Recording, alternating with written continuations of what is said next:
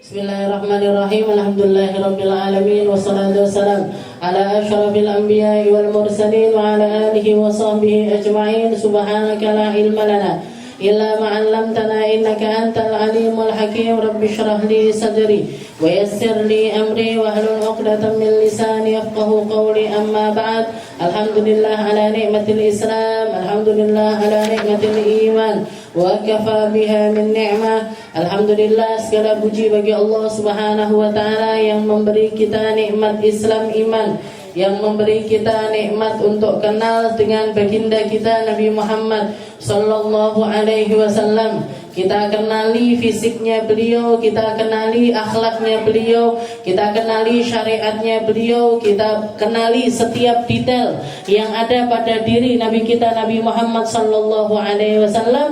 Maka niscaya di setiap hal yang ada pada diri Nabi Muhammad itu mesti ada hikmahnya, pasti ada pembelajarannya, dan pasti ada perhatian dari Allah Subhanahu wa taala. Karena Nabi Muhammad SAW ini kecintaannya Nabi. Jadi apapun yang berkaitan dengan Nabi, Allah Ta'ala juga akan mencintainya. Apapun yang berkaitan dengan Rasulullah SAW, Allah Ta'ala akan memandangnya dengan pandangan yang lebih, dengan perhatian yang lebih, dan juga dengan pahala yang lebih. Oleh karena itu kita selalu nambahi perkara-perkara yang berkaitan dengan pengetahuan kita tentang Rasulullah sallallahu alaihi wasallam. Dan salah satu hal yang menjadi mukjizatnya Nabi, seperti yang telah kita bahas juga yang lalu-lalu, salah satu perkara yang Allah Ta'ala berikan, keistimewaan yang Allah Ta'ala berikan kepada Rasulullah sallallahu alaihi wasallam, Nabi Muhammad ini juga diberikan para sahabat, yang mana para sahabatnya ini orang-orang yang ketemu dan beriman dengan Nabi Muhammad ini, mereka semuanya ini saking cintanya dengan Nabi, pengen menukilkan apapun yang ada pada diri Nabi Muhammad ini kepada generasi setelahnya.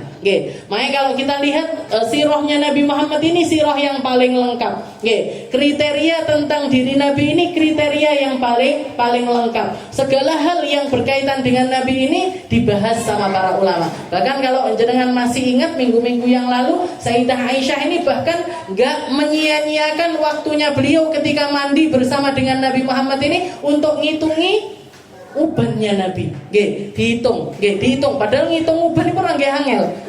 Nanti yang mana yang sudah, mana yang belum mesti gitu. Jangan kalau punya abah atau punya, dulu saya sering kakek saya dulu yang saya masih SD itu ingat saya, kakek saya kayak tenan, abahnya Umi itu sering nyuruh mitesi ngambili ubannya. Itu kalau kita mau ngitung angel, mana yang sudah terhitung, mana yang belum terhitung, ini nggak bisa, sulit. Tapi Sayyidah Aisyah bisa dihitung, katanya beliau nggak lebih dari 14. Di riwayat yang lain nggak lebih dari 17. Bahkan sampai akhir usianya Nabi Muhammad itu wafat, dan di atas kepalanya beliau ini nggak lebih dari uban itu nggak nyampe 20 ubannya Nabi.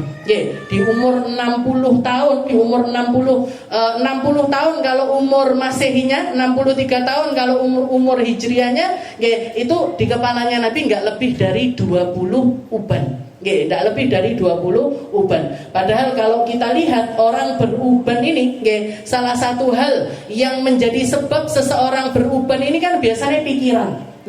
Pikiran, kesedihan, setelah itu cobaan-cobaan hidup. Makanya Allah Ta'ala ketika menggambarkan orang-orang perkara hari kiamat itu, yauma yaj'alul wildana Shiba, yauma yaj'alul wildana shiba, hari di mana anak kecil-kecil, anak kecil ini biasanya pasti nggak punya uban, tapi karena saking menakutkannya hari kiamat tersebut, molak mali dunia tersebut, sampai anak kecil-kecil ini rambutnya langsung berubah semuanya.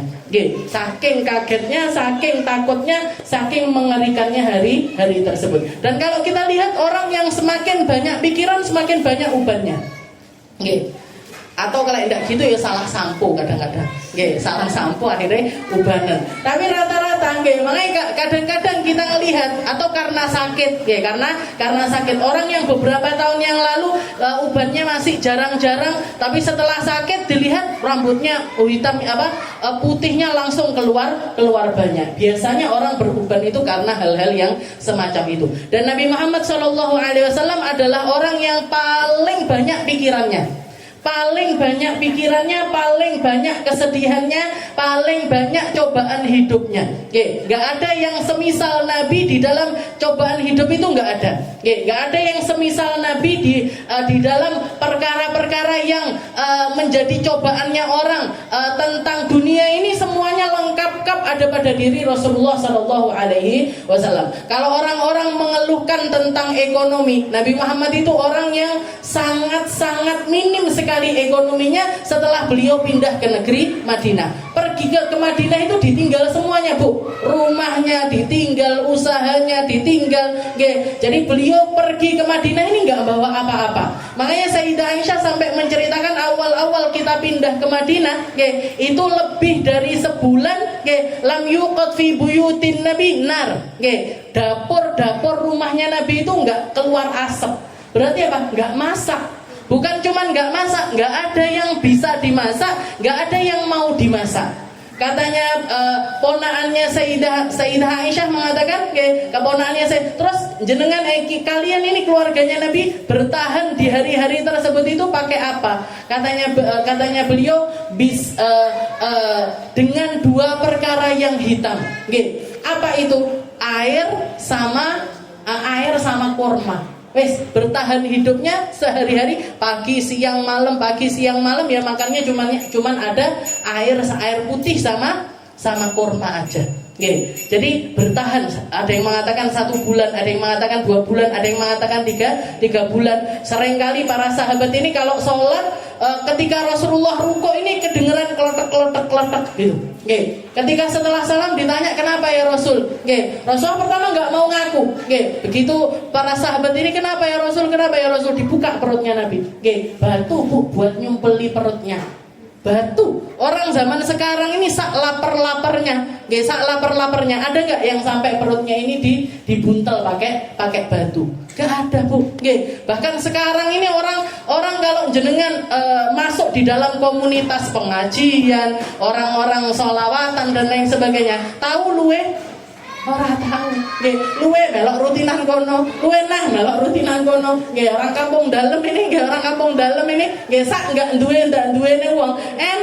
Ayo undangan. Setiap malam ini suami saya sampai bingung ada 3 undangan. Bayangkan, tetangga 25 hari, ada lagi di rumahnya salah satu syarifah 7 harian, diundang juga di rumahnya bibi saya ada acara. Bayangkan sampai bingung. DKB barisak kabeh.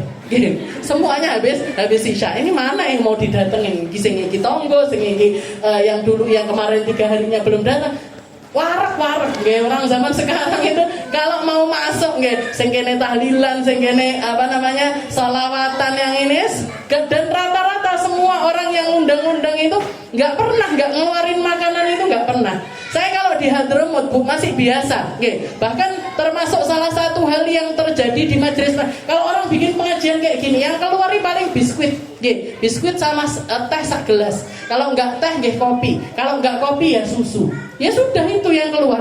Masih kita bacanya, misalkan majelisnya mulai dari isya sampai jam 10 malam sampai jam 9 malam, ya cuma biskuit sama teh itu tadi. Saya bilang sama Umi Emi, kita biasakan kayak gitu aja apa gimana? Ya Allah, kok tegomen. Paling enggak ya kolak toh. Nonton niku. Orang kita, orang Indonesia enggak pernah, Bu, ngerasakan lapar. Rasulullah berhari-hari, 3 hari nggak makan, 7 hari nggak makan. Bahkan di hari ketiga yang beliau akhirnya diundang sama salah satu sahabat, dibeleh nih kambing kecil. Dia nggak punya kambing besar, kambingnya masih kecil-kecil, disembelih juga akhirnya. Begitu dimasak, beliau ngambil satu piring, setelah itu nyuruh Sayyidina Bilal, ya Bilal arsil hadi ila Fatimah. Ini kirimkan ke rumahnya Fatimah. Wallahi, demi Allah, ini keluarga Fatimah, Sayyidina Ali dan juga anak-anaknya 3 hari perutnya nggak kelebon makanan juga. Sama, kalau di rumah saya nggak ada makanan, di rumahnya Fatimah juga nggak ada makanan. Kirimkan ini. Jadi kita ini jadi kayak gini, makanan disebar sama Allah Ta'ala, rezeki dilimpahkan untuk kita, semua perkara-perkara kenikmatan itu ditebarkan sama Allah Ta'ala berkat perjuangannya Rasulullah Sallallahu Alaihi Wasallam. Kita sujud rukuk bisa gampang karena perjuangannya Nabi. Kita bikin majelis, bikin sholawatan, bikin zikiran bisa gampang seperti ini berkat perjuangannya Nabi. Yang nanggung semua kesulitannya adalah Nabi Muhammad dan generasi awal dari sahabat-sahabatnya Rasulullah Sallallahu Alaihi Wasallam. Jadi kalau mengeluhkan ekonominya Nabi Muhammad gak ada yang mengalahkan kemiskinan yang pernah dirasakan oleh Nabi. Kalau orang mengatakan keluarga saya kehilangan ini, Nabi Muhammad juga sama, Bu. Di 1 tahun yang sama istrinya sama pamannya meninggal dunia. Yang sampai akhirnya orang kafir Quraisy ini nyerangnya Nabi Muhammad sudah nggak pakai mikir lagi, karena dulu yang melindungi Nabi 2 orang ini tadi. Setelah itu satu persatu putrinya meninggal. Sayyidah Ruqayyah meninggal, Sayyidah Ummu Kulthum meninggal, Sayyidah Zainab meninggal. Cuman 1 putrinya Nabi yang meninggal setelah Nabi, itu pun cuman berjarak 6 bulan. Jadi berturut-turut Rasulullah itu kehilangan ini, belum lagi kehilangan sahabatnya, belum kehilangan di 1 tahun pernah Rasulullah itu sampai selama setahun penuh setiap kali sholat itu ditambahi kunut nazilah. Karena ada 2 kejadian besar, di mana salah satu kejadiannya 70 orang sahabatnya Nabi, 70 orang sahabat terbaiknya Nabi yang paling banyak menghafalkan Al-Quran dikirim sama Nabi. Katanya orang yang diamanah ini, ada satu negeri yang orang-orang pada masuk Islam di situ tapi nggak ada guru ngajinya. Akhirnya dikirimkan sama Nabi 70 orang sahabat terbaiknya. Ternyata di tengah jalan diapain, Bu? Dibantai semuanya. 70 orang dibantai semuanya. Gak sampai 1 bulan dari kejadian itu 10 orang sahabatnya Nabi. 7 orang dibantai di atas gunung, 3 orangnya lagi dibawa turun, dibawa ke Madinah, dibawa ke Mekah, dijual sama orang kafir Quraisy. Yang 1 dipenggal kepalanya, yang 1 ditaruh di tiang salib, diiris-iris qit'ah ba'da qit'ah. Jadi sepotong jarinya dulu dipotong, tangannya, habis itu jadi bukan cuman dibunuh tapi dieksekusinya itu dengan cara yang luar biasa mengerikan. Itu dalam 1 bulan kejadian yang semacam itu menimpa Rasulullah SAW, yang sampai bikin Nabi Muhammad ini doa kunut setiap kali sholat selama 1 tahun. Selama setahun penuh Rasulullah itu kunut nazilah. Allahumma ahlikhum, ya Allah, hancurkan mangkana fi halakihi salahun lil muslimin, yang kalau kebinasaannya ini bisa menguntungkan orang muslim dan lain sebagainya. Nah ini jadi pikirannya Nabi ini paling banyak. Tapi semua beban-beban tersebut nggak sampai bikin Nabi Muhammad ini keluar uban. Jadi ubannya beliau tetap sedikit. Ubannya beliau tetap sedikit. Bahkan ketika Sayyidina Abu Bakar nanya, "Qad syibta ya Rasul?" Mulai keluar uban ya Rasul, di bagian sini sama bagian sininya Nabi mulai keluar uban. Katanya Nabi Muhammad, "Syayyabatni Hud wal Waqi'ah wal Mursalat wa amma yatasaalun wa idza syamsu kuwirat." Bahkan yang bikin ubannya Nabi ini keluar bukan musibah-musibah itu, bukan cobaan-cobaan hidup yang semacam itu, bukan keadaan-keadaan yang semacam itu. Katanya Nabi Muhammad, yang bikin saya ini keluar uban surat Hud, setelah itu surat Al-Waqi'ah, setelah itu surat Amma Yatasaalun, setelah itu surat Al-Mursalat, yang terakhir adalah surat Wa idza syamsu kuwirat. Wa idza syamsu kuwirat. Ketika ayat-ayat ini turun, nambah ubannya Nabi. Siapa di antara kita yang baca Al-Quran langsung metuban? Yang kalau baca Al-Quran saking ngertinya dengan isinya atau memikirkan dengan apa yang Allah Ta'ala turunkan, saking beratnya kalamnya Allah Ta'ala tersebut yang bikin kita itu sampai beruban yang mana? Nggih, ndak enek Bu. Nggih, kita aja baca idza zulzilatil ardu zilzalaha biasa-biasa. Nggih, padahal itu maknanya idza zulzilatil ardu zilzalaha. Lek bumi ini diguncang karo Gusti Allah. Nggih, biasa aja kita diguncang, biasa ke gempa paling pikirannya kita. Enggak sampai bikin kita ini berubah. Nggih, ayat-ayat ini atau surat-surat ini atau di riwayat yang lain ketika Rasulullah ditanya juga masyayyabatka ya Rasul, apa yang bikin jenengan ini kok keluar uban ini apa ya Rasul? Katanya Nabi Muhammad, Hud wa akhwatuha. Surat Hud dan saudara-saudaranya Hud. Nggih. Kenapa? Karena surat-surat ini makna isinya itu mirip-mirip. Tentang halakul umamis sabiqah. Isinya diantaranya terutama di surat Hud ini isinya tentang kebinasaan umat-umat sebelum umatnya Rasulullah Sallallahu Alaihi Wasallam. Kisahnya Nabiullah Nuh, kisahnya Nabiullah Lut, kisahnya Nabiullah Soleh. Gimana umat-umat itu dihancurkan sama Allah Taala sehancur-hancurnya. Dan Nabi Muhammad ini istilahnya sangat takut kalau umatnya ini bernasib sama dengan umat-umat terdahulu.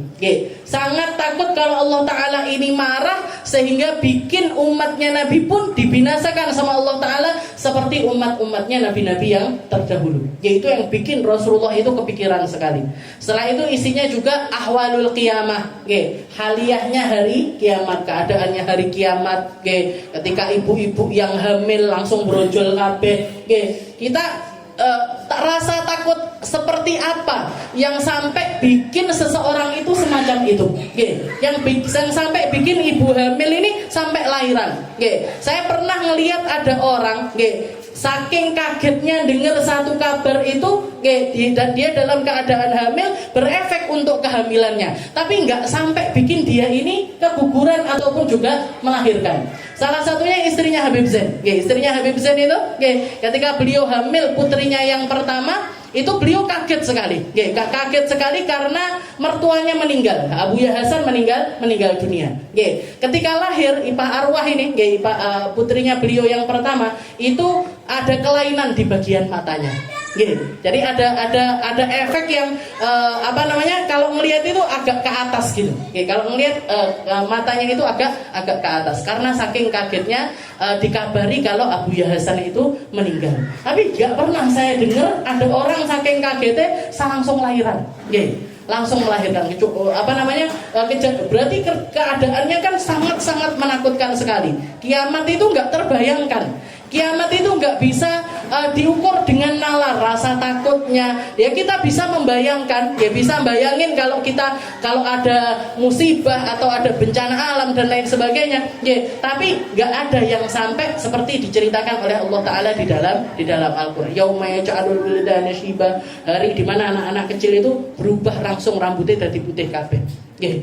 Ketakutan macam apa, kengerian macam apa yang mereka saksikan, yang mereka lihat sampai bikin mereka itu menjadi seperti itu. Ini Nabi Muhammad justru malah surat-surat ini yang bikin beliau itu keluar uban. Bukan wafatnya putrinya, bukan wafatnya istrinya, bukan wafatnya pamannya, bukan keadaan ekonominya dan lain sebagainya, tapi surat-surat ini yang bikin beliau ini keluar uban. Makanya kita itu sebenarnya harus punya. Para ulama itu mengatakan harus punya momen antara kita dengan Al-Quran. Iqra, baca Al-Quran. Fahami isinya Al-Quran. Ngertilah dengan maknanya Al-Quran. Sampai ke tingkat apa? Sampai ke tingkat kamu punya feeling dengan Al-Quran. Sampai kamu kalau ditanya, kita kalau ditanya, ayat favoritmu apa? Bisa jawab kita. Surat favoritmu apa? Bisa jawab kita. Kita surat favoritmu apa? Apa ya? Kulhu paling. Kulhu. Kalau ditanya kulhu kenapa? Ya paling ringkas titik. Tapi pahalanya gede. Katanya Nabi Muhammad baca satu kali kayak baca sepertiga Al-Quran. Baca dua kali kayak 2/3 Al-Quran. Setiap hari saya khatam Al-Quran Ustazah. Piye carane? Baca kulhu 3 kali khatam. Nah kalau alasannya kita kayak gini, ini alasan yang sangat remeh sekali. Ada satu sahabat memang yang setiap sholat baca Al-Ikhlas, sampai diprotes sama orang-orang ini. Orang ini kalau setiap setiap sholat mesti nyimak. Udahlah jadi imam yang dibaca Al-Ikhlas terus. Langganan banget, member nomor 1 VIP dari surat Al-Ikhlas. Ketika didudukkan sama Nabi, kenapa kok kamu baca surat Al-Ikhlas tersebut? Katanya sahabat tersebut, li'annahu sifatur rahman. Karena ayat itu mengingatkan aku tentang sifat-sifatnya Allah Ta'ala. Wa inni uhibbuhu ya Rasul. Dan saya cinta sekali dengan surat tersebut. Jadi harus punya momen aku kok pas banget ini. Ayat ini pas sekali sama saya. Ayat ini rasuk di dalam hati saya. Harusnya punya. Kalau orang-orang mu'alaf itu biasanya punya semua. Orang-orang yang baru masuk Islam, atau orang yang lahirnya itu nggak Islam, setelah itu dia masuk Islam biasanya punya. Saya pernah ketemu sama satu orang mu'alaf, orang Meksiko. Ketika kita tanya apa surat favoritmu, surat Al-Qiyamah katanya. Surat Al-Qiyamah ini yang paling bikin saya ini masuk kena di dalam hati saya. Ada lagi yang paling senang baca surat Al-Ikhlas. Paling banyak surat Al-Ikhlas. Ada yang surat Al-Kafirun, ada yang paling tek di dalam hatinya itu Al-Kafirun, dan ayat-ayat yang lainnya. Nah malah justru orang yang dari kecil Islam, orang duwe bingung biasanya. Apa favoritmu? Apa ya? Yasin yo ngono-ngono ae, Waqiah yo ngono-ngono ae, Ar-Rahman ya ngono-ngono ae. Padahal di Ar-Rahman itu kan diulang-ulang kan? Nggak ada satu ayat yang selalu diulang-ulang, yang biasanya sekarang dijadikan orang-orang omongan, istilahnya sering dibikin, fabi ayyi alai rabbikuma tukadziban, fabi ayyi alai rabbikuma tukadziban. Tapi ya mek dingge ngono-ngono tok, yang tak di dalam hati itu nggak ada. Terus ada, jadi baca, fahami, ngerteni ayatnya, dan biasanya orang punya momen seperti itu ketika dia punya masalah pribadi, punya masalah pribadi. Setelah itu coba istikharah dengan Al-Quran, buka yang pertama kali kita buka itu biasanya mesti sesuai dengan keadaan kita. Ya kudu duwe harusnya. Mosok Islam sak mono taun orang duwe. Orang ngerti karo Al-Qur'ane dhewe, enggak paham sama Al-Qur'annya. Sendiri ini katanya Nabi, syayyabat nihud wal waqi'ah wal mursalat wa amma yatasaalun wa idza syamsu kuwirat. Lishtimali hadhihi surah ala bayani ahwalil qiyamah mimma yujibu khaufahu ala ummatihi sallallahu alaihi wasallam.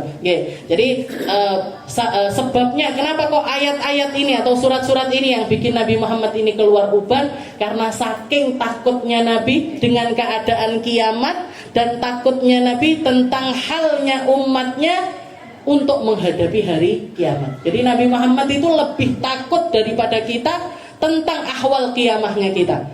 Nanti umatku di padang mahsyar gimana, nanti umatku ketika ditimbang amalnya gimana, nanti umatku ketika melewati sirat gimana. Awake dhewe ra tek mikir. Rasulullah yang paling memikirkan tentang perkara tersebut. Wasuila Abu Hurairah radhiyallahu taala anhu al khadaba Rasulullah sallallahu alaihi wasallam qala na'am. Ya, ini tentang syaib tadi sudah, tentang ubannya Nabi. Selanjutnya ini tentang khadabun Nabi, tentang Rasulullah yang suka kadang-kadang itu nyemiri rambutnya, bersemir. Ketika Sayyidina Abu Hurairah ditanya, hal khadaba Rasulullah, apakah Rasulullah itu nyemir rambutnya? Qala na'am. Dikatakan beliau mengatakan ya, Rasulullah itu kadang-kadang kelihatan kalau rambutnya ini disemir. Wa an Abdullah bin Muhammad bin Aqil qala ra'aitu sya'ra Rasulullah sallallahu alaihi wasallam inda Anas bin Malik makhduban. Dikatakan Abdullah bin Muhammad bin Aqil ada salah satu tabi'in yang pernah melihat rambutnya Nabi yang disimpan sama Sayyidina Anas bin Malik. Seperti yang kita tahu Rasulullah itu rambutnya banyak dikasih-kasihkan kepada para sahabat. Nah, ini Sayyidina Anas bin Malik ini nyimpen beberapa helai rambutnya Nabi. Nggih, diceritakan sama Abdullah bin Muhammad bin Aqil, rambut yang ada di tangannya Anas bin Malik ini, nggih, rambut-rambutnya Nabi yang disimpan sama Anas bin Malik ini makhduban. Nggih, kelihatan kalau disemir, kelihatan kalau dikasih warna, rambut yang dikasih warna. Wa fi sahihain min turuqin katsirah anna Nabi sallallahu alaihi wasallam lam yakhdib wa lam yablugh shaybuhu awana al-khidab wa inna ma khadaba man kana indahu shay'un min sya'rihi ba'da wafatihi sallallahu alaihi wasallam liyakuna abqa lahu. Tapi di dalam sahihain, di beberapa riwayat di dalam kitab Sahih Bukhari dan juga Sahih Muslim dikatakan, di dalam jalan yang banyak dikatakan Rasulullah itu sebenarnya jarang nyemir rambutnya, jarang nyemir rambutnya. Nah, para sahabat-sahabat tersebut ketika mereka mendapatkan rambut-rambutnya Nabi disemir sama para sahabat, biar liyakuna abqalahu, biar anggapannya mereka biar rambutnya Nabi ini lebih awet. Padahal rambutnya Nabi memang diawetkan sama Allah Ta'ala.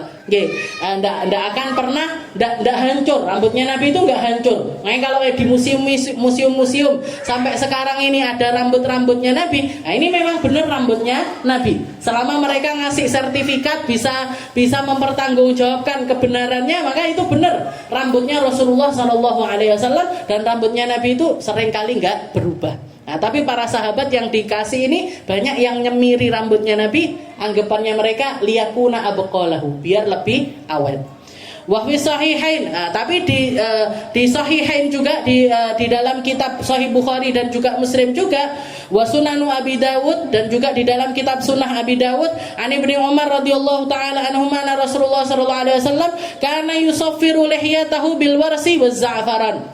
Banyak riwayat di dalam Bukhari, Muslim, dan juga bahkan di dalam Sunan Abi Dawud yang mengatakan Rasulullah itu nyemir bagian jenggotnya Nabi itu dengan warna kuning.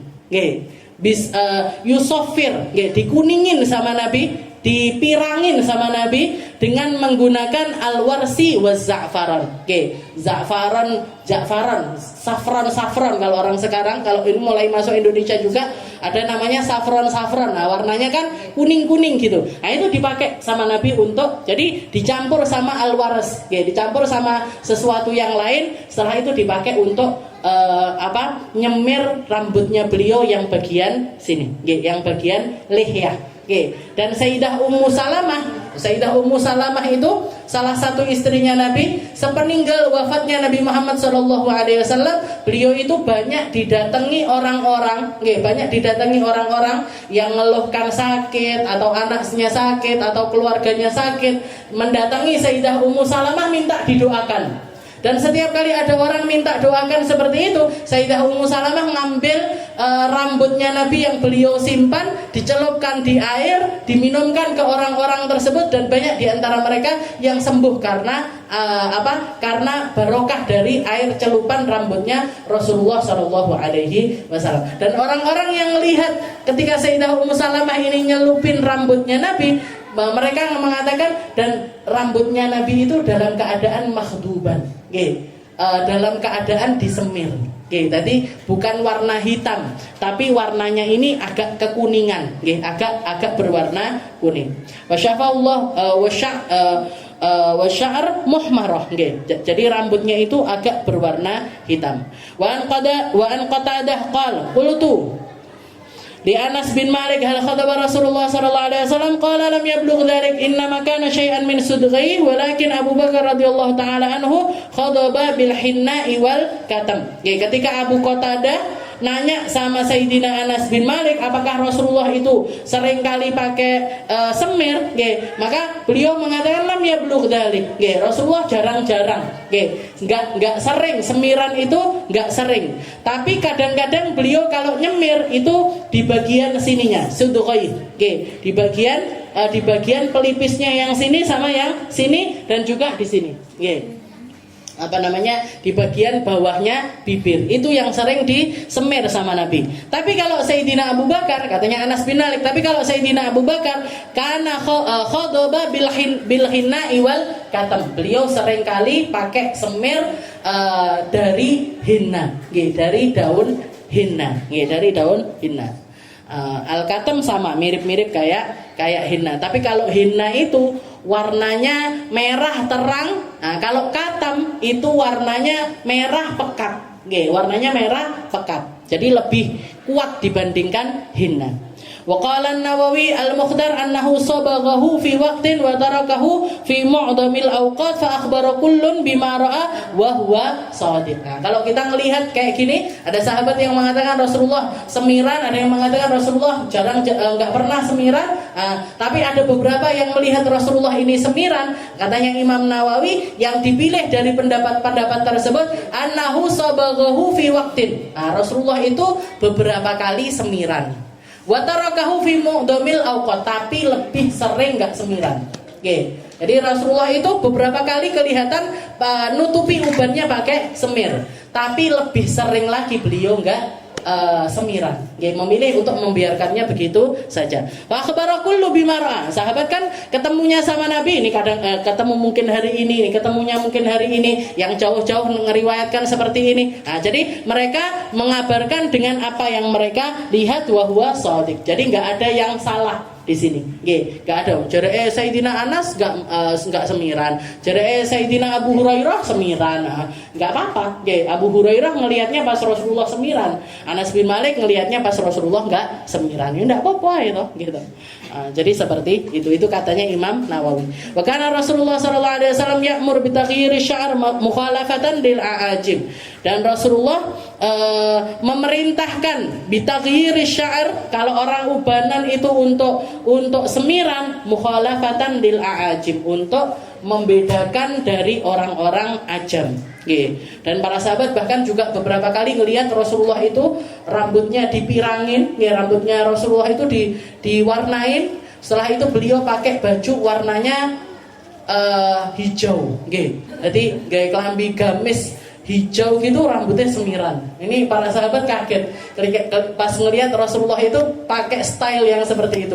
Mungkin kalau kita bayanginnya kayak uang bule gitu, Jadi biasanya rambutnya hitam, ini disemir warna merah. Setelah itu pakai baju warnanya hijau kubah itu. Biasanya Rasulullah sukanya. Jadi hijau yang warnanya nggak gelap tapi yang terang.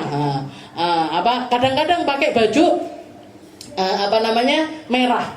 Ma ra'aitu min dhillimatin sauda fi hullatin hamra ahsan min Rasulillah sallallahu alaihi wasallam. Di dalam Maulid Tiba dikatakan Rasulullah, saya enggak pernah kelihatan ada orang pakai style rambut agak panjang, warnanya hitam kelam, rambutnya hitam sekali, pakai baju merah terang benderang. Ahsan min Rasulillah, yang lebih pantas dibandingkan Rasulullah sallallahu alaihi wasallam. Jangan tanya orang laki-laki itu, apa enek sing pede kelambi abang? Jarang orang laki pede pakai baju terang itu kan jarang. Rasulullah pakai baju terang pun no problem. Karena enggak panggah good looking, tetap ganteng beliau dalam keadaan apapun. Wa kana sallallahu alaihi wasallam yatanawwar fi kulli syahr. Juga dikatakan, diriwayatkan di sini Rasulullah itu yatanawwar itu nyabutin bulu. Bulu-bulu ketiak, bulu-bulu kemaluan itu enggak pernah lebih dari 1 bulan kecuali beliau bersihkan. Yatanawwar, tapi Rasulullah pakainya an-nurah itu kayak semacam bubuk putih, semacam bubuk putih, nanti dicampurkan air. Nah, kalau ditaruh di atas tempat yang ada bulunya, nah nanti ditunggu sekitar 5 menit gitu, nanti rontok sendiri. Nah, itu namanya an-nurah. Nggak tahu saya di Indonesia apa.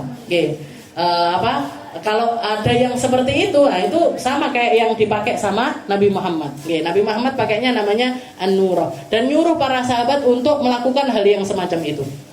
Tapi sekarang kan banyak produknya, kayak yang krim putih gitu. Nanti kalau ditaruh, ditunggu sebentar, nanti rontok sendiri rambutnya. Itu nggak apa-apa dipakai. Yang seperti itu lebih aman ketimbang pakai gula yang dipanasin ditaruh terus dikrek, waxing kayak gitu, nah itu lebih bahaya karena buka semuanya. Nah ini kalau pakai yang kayak gitu krim, habis itu nanti ditaruh, didiamin sebentar, nanti rambutnya rontok sendiri. Nah, itu lebih aman malah. Okay. Nah yang dilakukan sama Nabi Muhammad caranya seperti itu. Nah, beliau nggak pakai yang cukuran-cukuran gitu, enggak, tapi pakainya bubuk, kalau di sana namanya nuroh. Okay. Jadi bubuk putih dicampur air, kadang dikasih minyak sedikit, nanti ditaruh di bagian sini, bagian kemaluan dan juga bagian ketiaknya, setelah itu dibersihkan. Nah, fi kulli syahr, katanya para sahabat Rasulullah seperti itu setiap bulan. Wa yuqallib adfarahu fi kulli 15 yauman, dan beliau potong kukunya setiap 15 hari sekali. Oke, berarti 2 minggu sekali. Oke, 2 minggu sekali, biasanya hari Jumat sebelum beliau berangkat Jumatan. Nah, jadi 2 minggu sekali, enggak setiap minggu, setiap Jumat beliau potong kuku, enggak, tapi 2 minggu sekali, harinya Jumat sebelum berangkat Jumatan. Wa kana sallallahu alaihi wasallam idza tala bin nura wa li'anatahu wa farjahu biyadi. Nah, Rasulullah kalau lagi bersih-bersih bulu ketiak dan juga kemaluannya, beliau melakukannya itu sendiri. Nggih, enggak istilahnya ndak diewangi sapa-sapa, nggih. Ndak terus pergi ke salon aku benakno carlekku dan juga kemaluanku, enggak. Jadi beliau melakukan itu di tempat tertutup dan sendirian. Wa kana sallallahu alaihi wasallam idza tala bada bi auratihi fa talaha bin nurah. Jadi itu tadi caranya. Nurahnya itu tadi atau cairannya putih itu tadi ditaruh dulu di bagian ketiaknya dan juga di bagian kemaluannya, setelah itu rontok sendiri. Nggih, rontok sendiri. Wasair jasadihi ahlu. Tapi kalau beliau pengen ngilangin bulu-bulu di tempat yang lainnya, mungkin di bagian dadanya, mungkin di bagian kumisnya, mungkin di bagian mana yang beliau pengen membersihkannya, pakai nurah itu tadi, beliau nyuruh istrinya untuk melakukan hal tersebut, minta tolong istrinya untuk nyukurin. Tapi kalau bagian kemaluan dan juga ketiak, beliau melakukannya sendiri. Yo tobu mosok diwangi. Bahkan sallallahu alaihi wasallam yuqallib azfarahu wa yuqussu syaribahu yaumal jum'ah qabla ayyaruh ila shalah. Juga dikatakan di sini Rasulullah potong kuku, setelah itu mendekin kumisnya. Jadi hampir-hampir bibir atasnya Nabi ini enggak pernah ketutupan sama kumis. Bagian kumisnya ini dipotong, dipendekin sama Nabi, itu biasanya hari Jumat sebelum beliau berangkat sholat Jumat. Qabla ayyaru ila shalah, sebelum berangkat sholat Jumat. Wa kana sallallahu alaihi wasallam ya'mur bidafni sya'r wal adfar. Kalau beliau potong kuku atau potong rambut, nyukur kumis, nyukur lihyah dan lain sebagainya, Rasulullah nyuruh sahabat untuk mendem itu. Makanya kalau ada orang nanya, Ustazah kalau kita lagi haid, ini rambutnya rontok, kukunya dianu dan lain sebagainya, baiknya diapain? Apa harus disimpan nanti waktu suci dicuci dan lain sebagainya? Kalau mau seperti itu silahkan. Kalau enggak pun enggak apa-apa. Tapi yang terpenting justru malah ini yang kayak gini-gini ini harusnya kita pendem. Biasanya orang malah enggak, pokoknya potong aja, rambutnya diwel-wel, dileboknya tong sampah. Nah ini harusnya yang kayak gini-gini, yang fadolat namanya, apa yang keluar-keluar dari kita, apa yang lepas-lepas dari kita ini, paling baiknya adalah dipendem. Jadi makanya taruh rumah itu ada beberapa tempat yang ada tanahnya, nanti sisa-sisa rambut itu dipendem. Pokoknya kembali ke tanah. Nah ini karena Rasulullah ya'mur bidafni sya'r wal adfar. Rasulullah nyuruh untuk mendem rambut dan juga kuku. Wa kana sallallahu alaihi wasallam ya'mur bidafni sab'ati asya.